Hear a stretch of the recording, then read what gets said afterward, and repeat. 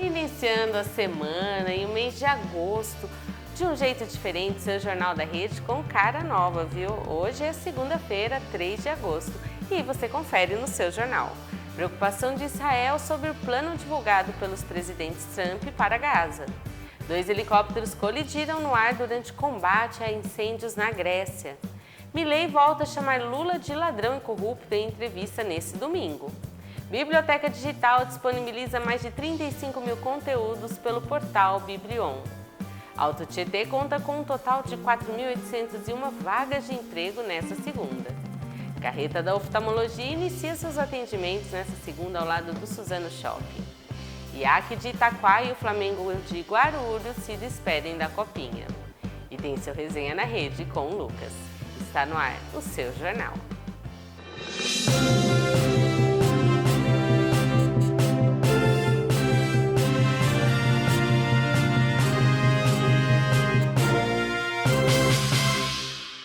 Israel transmitiu suas preocupações aos Estados Unidos sobre o plano para Gaza divulgado pelo presidente Donald Trump.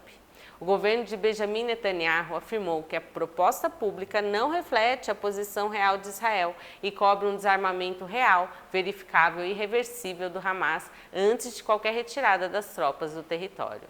Enquanto as negociações avançam, novos ataques aéreos de Israel na faixa de Gaza deixaram pelo menos 18 mortos no domingo e 19 no sábado, elevando para mais de 1.200 o número de palestinos mortos desde a trégua anunciada em outubro de 2025. Do lado israelense, o exército registra a perda de 5 soldados e 1 civil no mesmo período. O gabinete de Netanyahu destacou que os serviços de inteligência detectaram que o Hamas está se rearmando e recrutando, o que contradiz a visão de uma zona desmilitarizada ali e livre de terrorismo. Por outro lado, o Hamas afirma que demonstrou flexibilidade ao aceitar entregar as armas, mas acusa Israel de tensionar o cenário e minar os esforços para encerrar a guerra com a intensificação dos bombardeios que já atingem 70% do enclave ali pelas forças israelenses.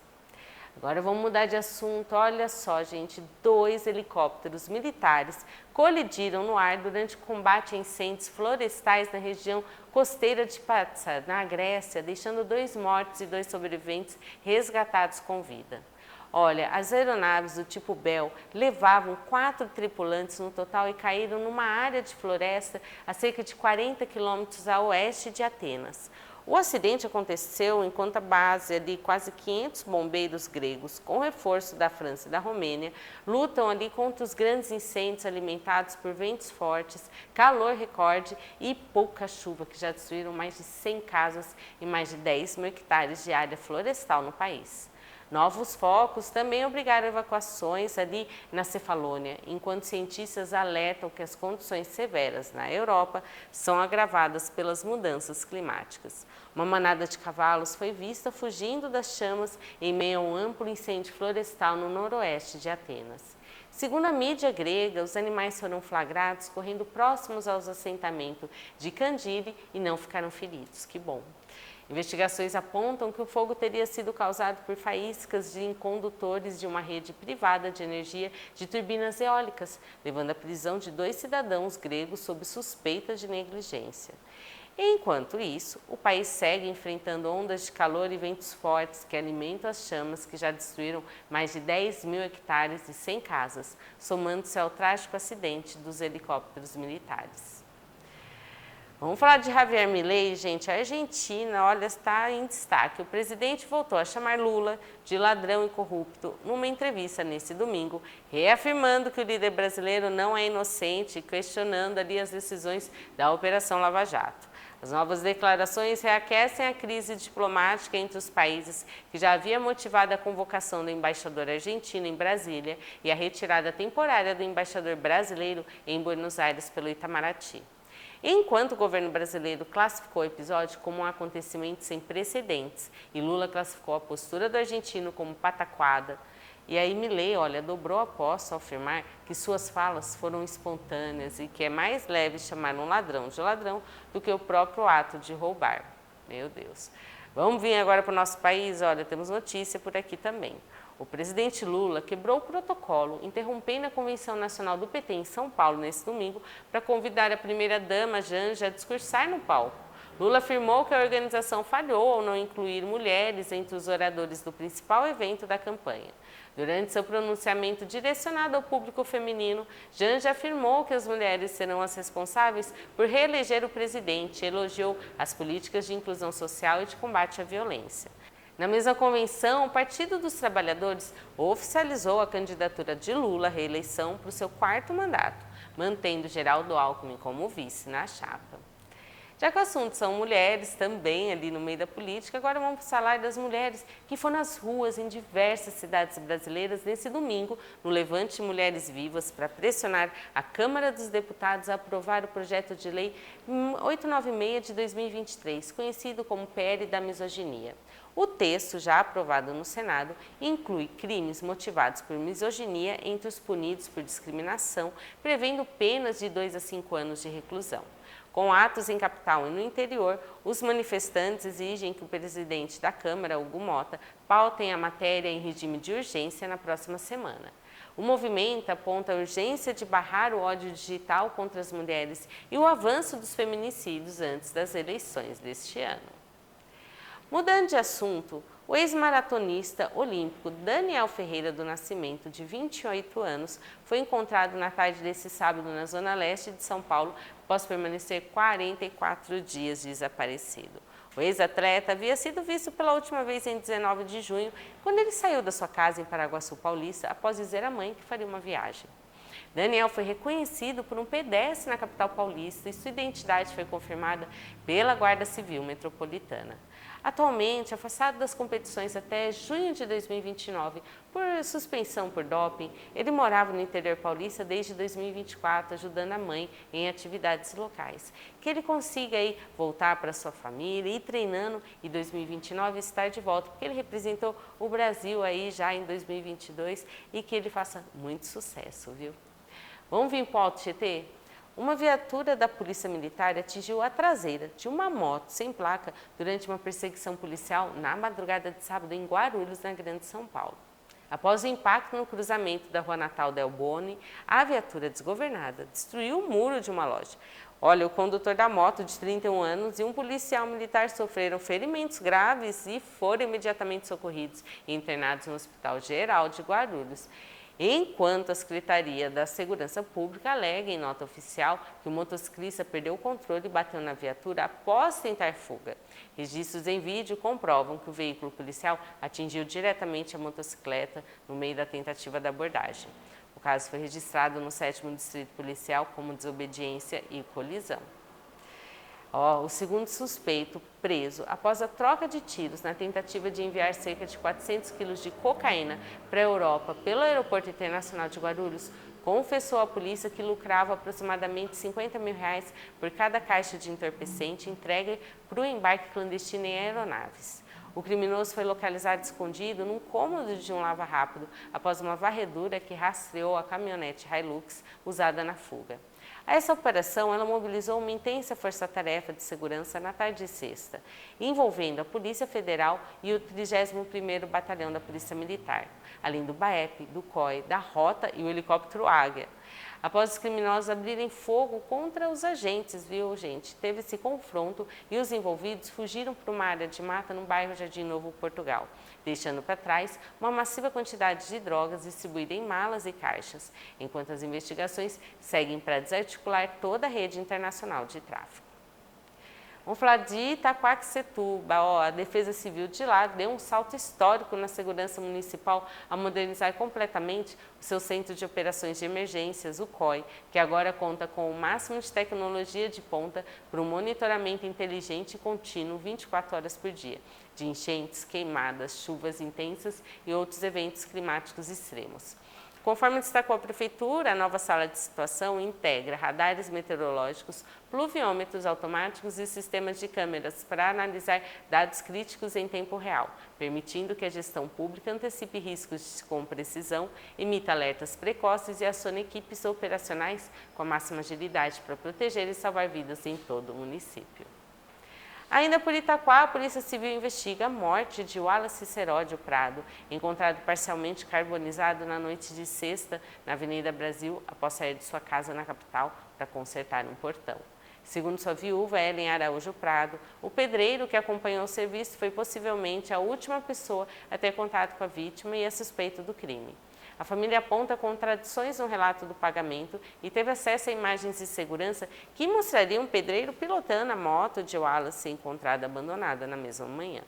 O caso foi registrado como homicídio na delegacia de Itaquá, enquanto as investigações continuam para esclarecer o envolvimento do suspeito.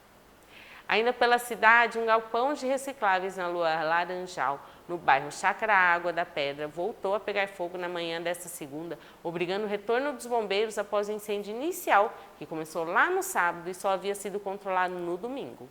5 viaturas foram enviadas para o local, onde moradores relatam a queda de um balão, embora as causas oficiais ainda sejam apuradas. Em paralelo, um segundo incêndio atingiu um ecoponto na Avenida Gonçalves Dias nas primeiras horas dessa manhã, mobilizando 2 viaturas dos bombeiros. Há suspeita de que essa segunda ocorrência tenha sido provocada de forma intencional, enquanto as investigações continuam para esclarecer os ambos casos na cidade, viu? Mogi das Cruzes também é Alto Tietê, então tem notícia por lá. Olha, lá foi enfrentada uma série de focos de incêndio em áreas de vegetação ao longo do final de semana, mobilizando equipes do Corpo de Bombeiros nos distritos de Jundiapeba e César de Souza, sem registro de vítimas ou danos a imóveis. Em Jundiapeba, na região da Avenida Comendador Fumio Rori, os bombeiros constataram que os incêndios estariam associados a queimas controladas realizadas para limpeza de terrenos em áreas de plantações de chácaras, embora moradores relatem frequência dessas ocorrências aos finais de semana. Já no distrito de César de Souza, 2 viaturas foram enviadas para combater o incêndio que se alastrou nos fundos de uma fábrica na Rua Maria Giaco Ramos, marcando o 2º dia consecutivo de chamas na região e exigindo horas de trabalho intenso das equipes de resgate.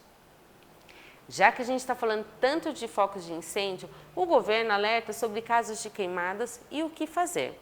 Com períodos de estiagem, a ação humana eleva ali os riscos de queimadas próximas às rodovias paulistas, causando fumaça densa que reduz a visibilidade, danifica a sinalização e espanta animais silvestres para as pistas.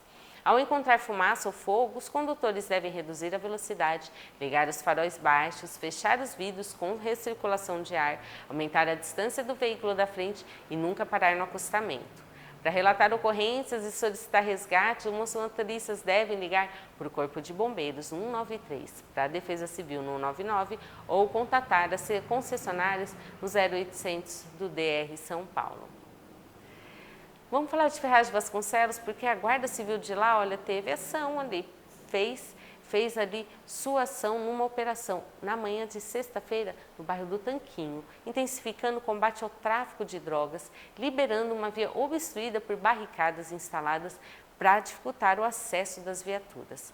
A ação contou com o apoio do Canil da Corporação e da Secretaria de Serviços Urbanos para a remoção das estruturas ilícitas, abordagem de suspeitos e reforço da presença do poder público na região prioritária.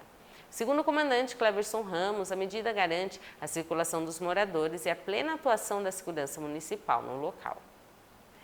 Já a Suzano, a GCM, olha, estourou uma refinaria de drogas no Jardim Saúde na noite de quarta e apreendeu diversos entorpecentes no Miguel Badra na quinta, resultando na apreensão total de mais de 7 quilos de substâncias ilícitas, equipamentos de embalagem, dinheiro e prisão de um suspeito. Durante a ação no Jardim Saúde, os agentes encontraram balanças, uma máquina automática de envasamento e um tonel enterrado no quintal com grande quantidade de cocaína e crack.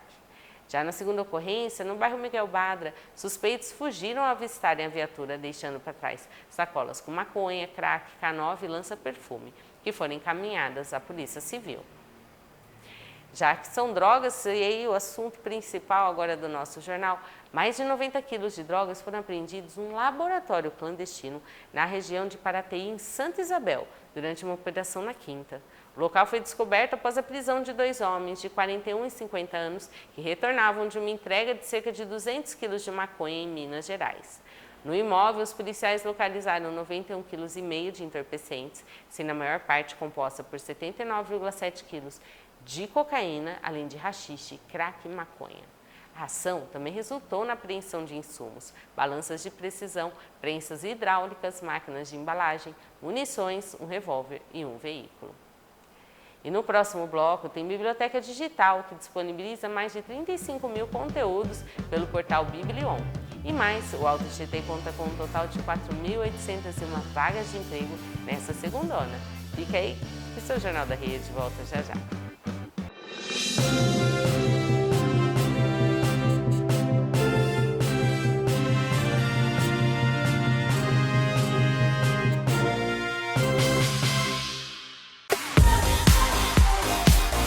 Há 4 anos em Mogi das Cruzes, a Oga Açaí é parceira oficial do Açaí Fruta Brasileira. Sendo assim, aqui você encontra todas as delícias que há anos fazem grande sucesso. E além do tradicional e afamado açaí raiz, aqui você também encontra os famosos creme de cupuaçu, creme de leitinho, creme de paçoca, entre tantos outros. E o que falar dos gelatos?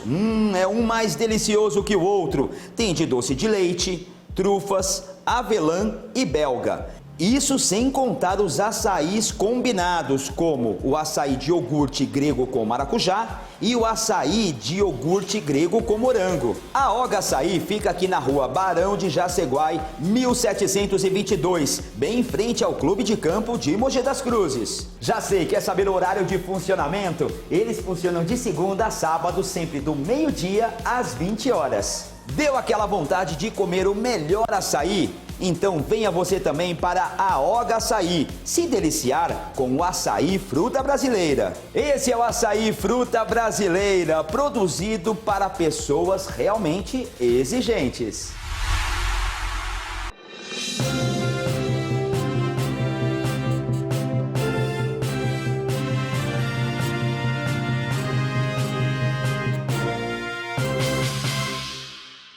Seu Jornal da Rede está de volta e eu vou começar falando aí da Biblion, a biblioteca digital gratuita do Estado de São Paulo, que oferece acesso a mais de 35 mil conteúdos, como livros digitais, audiolivros, podcasts e vídeos, com a vantagem de que 99% do catálogo está disponível para leitura imediata, sem fila de espera. Olha, o pessoal do Alto Tietê também pode usufruir desse serviço, porque, gente, ele é aberto a moradores, na verdade, de todo o Brasil, permitindo um empréstimo gratuito de até 2 obras simultaneamente.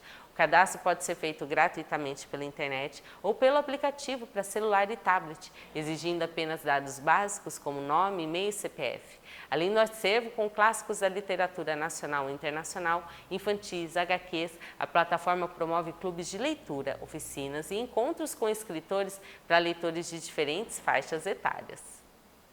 Vamos falar de circo. Olha, lá em Guarulhos, o Circo Marambio abriu inscrições para selecionar 3 artistas com idades a partir de 18 anos, tá? E experiência, logicamente, em modalidades circenses para integrar o elenco de sua próxima produção profissional. A audição presencial será realizada no dia 21 de agosto, às 2 da tarde, no Circo Escola Cidade Seródio, dentro da programação do 3º Festival de Circo de Guarulhos. O processo seletivo terá foco principal em acrobacias, por um número de tramp wall, avaliando também habilidades em aeros, equilibrismo e malabarismo. Os interessados devem enviar currículo artístico, breve relato da formação e registros em vídeo para o e-mail festivaldecircodeguarulhos@gmail.com, com um assunto específico indicado no edital.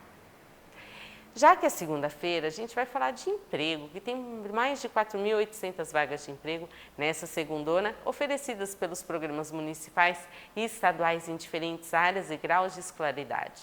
Encabeçando a lista, com o maior número de oportunidades, está Itaquá, oferecendo 2.551 vagas por meio do Itaquá Mais Emprego, destacando-se ali os postos para auxiliar de logística, auxiliar de produção e ajudante geral. Os interessados podem se cadastrar online ou na sede da rua Dom Tomás Frei, número 89, no centro. Em seguida, Mogi das Cruzes registra 1.237 vagas na plataforma Mogi Conecta com grande concentração para auxiliar de produção, auxiliar de limpeza e operador de telecobrança. Suzano apresenta 578 vagas no seu sistema, com destaque para ajudante geral, costureira e auxiliar de produção, com atendimento nos centros, na Avenida Paulo Portela, número 210. A região também conta com 267 vagas, em Guararema, com destaque para ajudante de produção e jovem aprendiz, na Rua 19 de Setembro, número 127. Ficam 75 vagas já para a cidade de Arujá, pelo programa Já Emprega, principalmente para auxiliar de linha de produção, na Rua Ademar de Barros, número 60. Além de 93 oportunidades distribuídas nos postos de atendimento ao trabalhador, cujos endereços são na Praça da Bandeira, número 56, no centro, em Santa Isabel, e na Rua 26 de Março, número 72, no centro, em Poá. A campanha Multivacinação para atualizar a caderneta de crianças e adolescentes menores de 15 anos começou hoje em todas as cidades do Alto Tietê e segue até o dia 1º de setembro, com o dia D nacional marcado ali para o dia 22 de agosto. A ação disponibiliza todos os imunizantes do calendário nacional, como o pólio, tem tríplice viral, meningite, BCG e HPV. Nas unidades básicas de saúde de Arujá, Biritiba, Ferraz, Guararema, Itaquá, Mogi, Poá, Santa Isabel e Suzano, você pode encontrar tudo, tá? Os pais responsáveis devem comparecer aos postos com os documentos necessários e a carteirinha de vacinação, sendo que a maioria dos municípios conta com horários estendidos em unidades selecionadas para ampliar o acesso. Já que a gente está falando de saúde, a carreta da oftalmologia inicia seus atendimentos nesta segunda, ao lado do Suzano Shopping, na Rua 7 de Setembro, número 555, no Parque Suzano, com a meta de executar 1.100 cirurgias oftalmológicas e 290 acolhimentos de oferta de cuidados integrados durante os próximos 45 dias. Fica no próprio estacionamento, é dentro do shopping ali, na parte do estacionamento mesmo, tá? Integrada ao programa federal, agora tem especialistas. A unidade conta com uma equipe de cerca de 15 profissionais. Tem médico, enfermeiro, técnicos oferecendo procedimentos como cirurgias de catarata, avaliações pré e pós-operatórias e exames essenciais como mapeamento de retina. O atendimento é exclusivo para pacientes já encaminhados pela Central de Regulação do SUS, funcionando de segunda a sexta, das 8 da manhã até às 7 da noite, e aos sábados, das 8 da manhã à 1 da tarde, beneficiando moradores de Suzano e de outras 7 cidades da região do Alto Tietê. Se você tem seu encaminhamento, vai lá e olha que você vai ser atendido, né? Eles vão entrar em contato direitinho com vocês.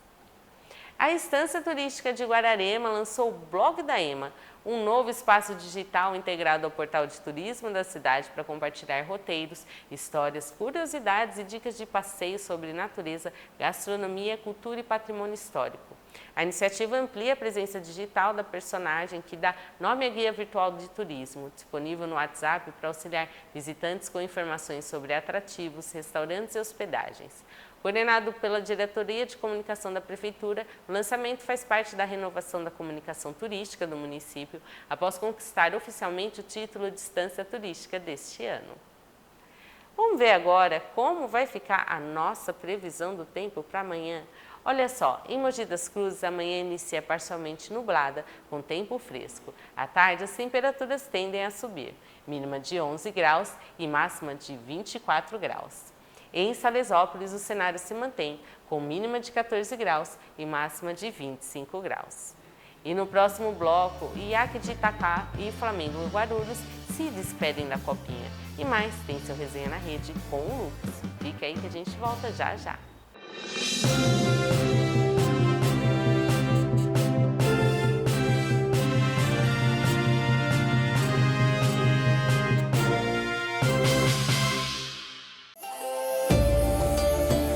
Hoje nós vamos falar de um clássico da culinária japonesa, o sukiyaki. O sukiyaki é um prato tradicional do Japão, muito apreciado em momentos de reunião com a família e amigos. Ele é preparado em uma panela na mesa, com ingredientes cozidos lentamente em um caldo saboroso à base de shoyu, açúcar e saquê. Cada momento traz uma combinação única de sabor e aconchego. E é aqui que entra o diferencial. A Goro traz ingredientes que faz toda a diferença no que realmente importa: o sabor, o momento e a experiência à mesa. Temos nossa linha de massa de peixe que entrega textura única e sabor marcante ao caldo. Tofu, leve e perfeito para absorver o tempero. Moyashi, que traz frescor e equilíbrio.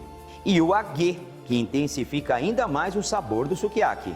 Com hortaliças selecionadas e a qualidade Goro, o seu sukiyaki se torna uma experiência completa e autêntica. Experimente e sinta a diferença no sabor. Goro, qualidade e tradição japonesa na sua mesa, sempre fazendo o melhor para você.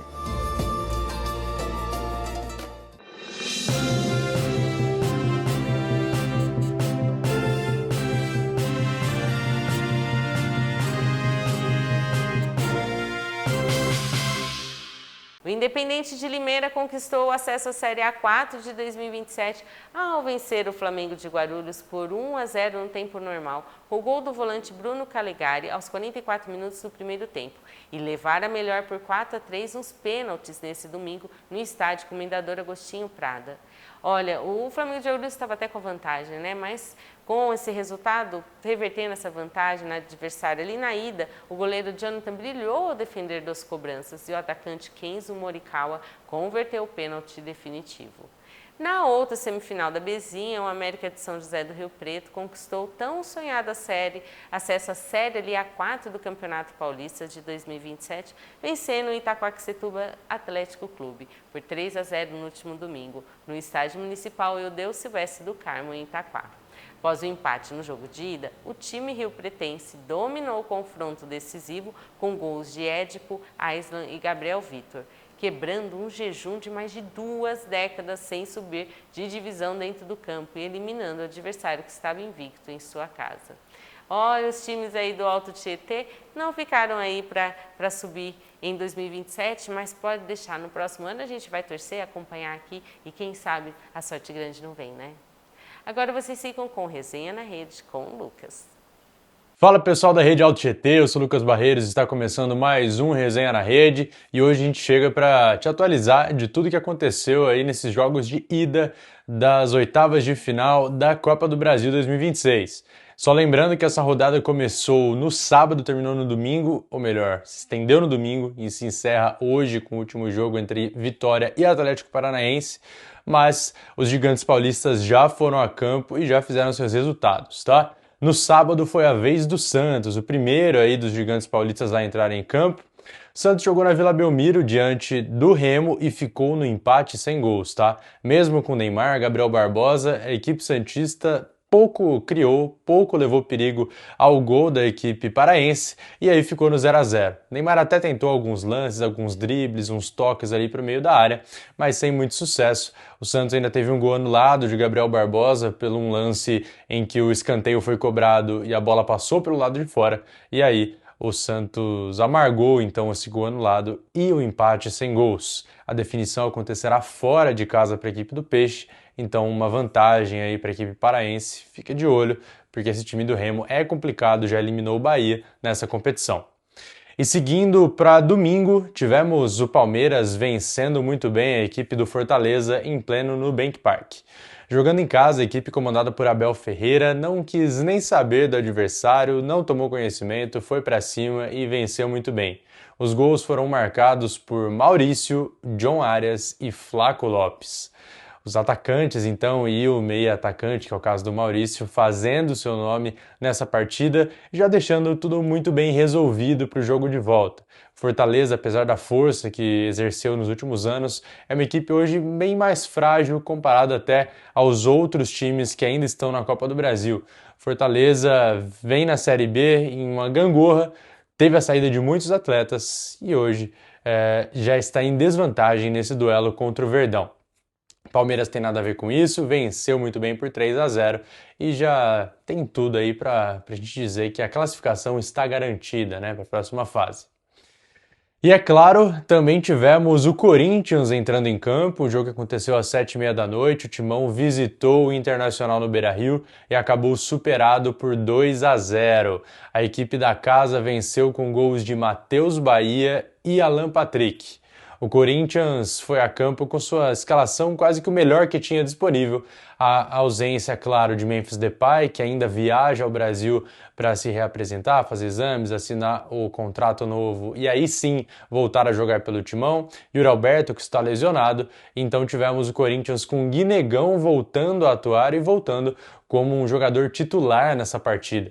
O Corinthians tentou dominar a partida desde o primeiro momento, teve mais posse de bola, trocou mais passes, mas indo ao ataque em si, o timão pouco fez. Teve uma chegada perigosa com o Breno Bidon ainda no começo do jogo e depois foram raras as finalizações que assustaram o goleiro Matheus Cunha. É verdade, ele teve que trabalhar ali na segunda etapa, num lance do Ranieri, também teve uma cabeçada, agora me fugiu o jogador que fez, mas ele salvou a equipe do Inter quando necessário.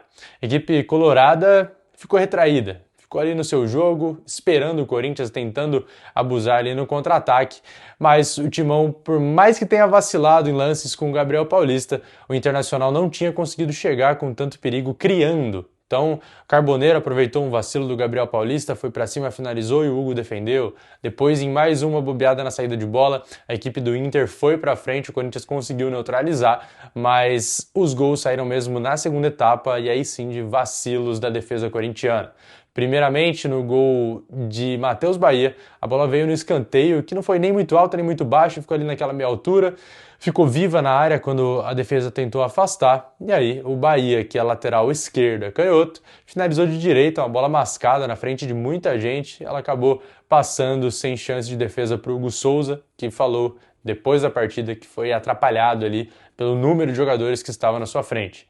Logo depois, cerca de 1 minuto e meio, 2, dessa bola na rede, tivemos o Internacional ampliando com um pênalti. O Gustavo Henrique deu um bote errado, não tinha nem o que discutir. Pênalti para o Colorado e aí gol do Inter 2-0. E um detalhe aí que os corintianos ficaram na bronca é que já no final do jogo o juiz não assinalou um pênalti e nem foi chamado pelo VAR para revisar um suposto pênalti em cima de Matheus Bidu. O lateral recebeu um cruzamento na área, recebeu uma carga ali nas costas e acabou sofrendo a falta, a ação faltosa, acabou sendo derrubado, mas a arbitragem não interpretou dessa forma, então isso gerou muita polêmica. O Corinthians reclamou depois do jogo com o dirigente Marcelo Paz, falando abertamente sobre essas questões de arbitragem, e vale destacar que esse árbitro foi o mesmo que aprontou ali no jogo entre Vitória e Palmeiras, então de polêmica, nosso amigo aí está colecionando várias nessa semana.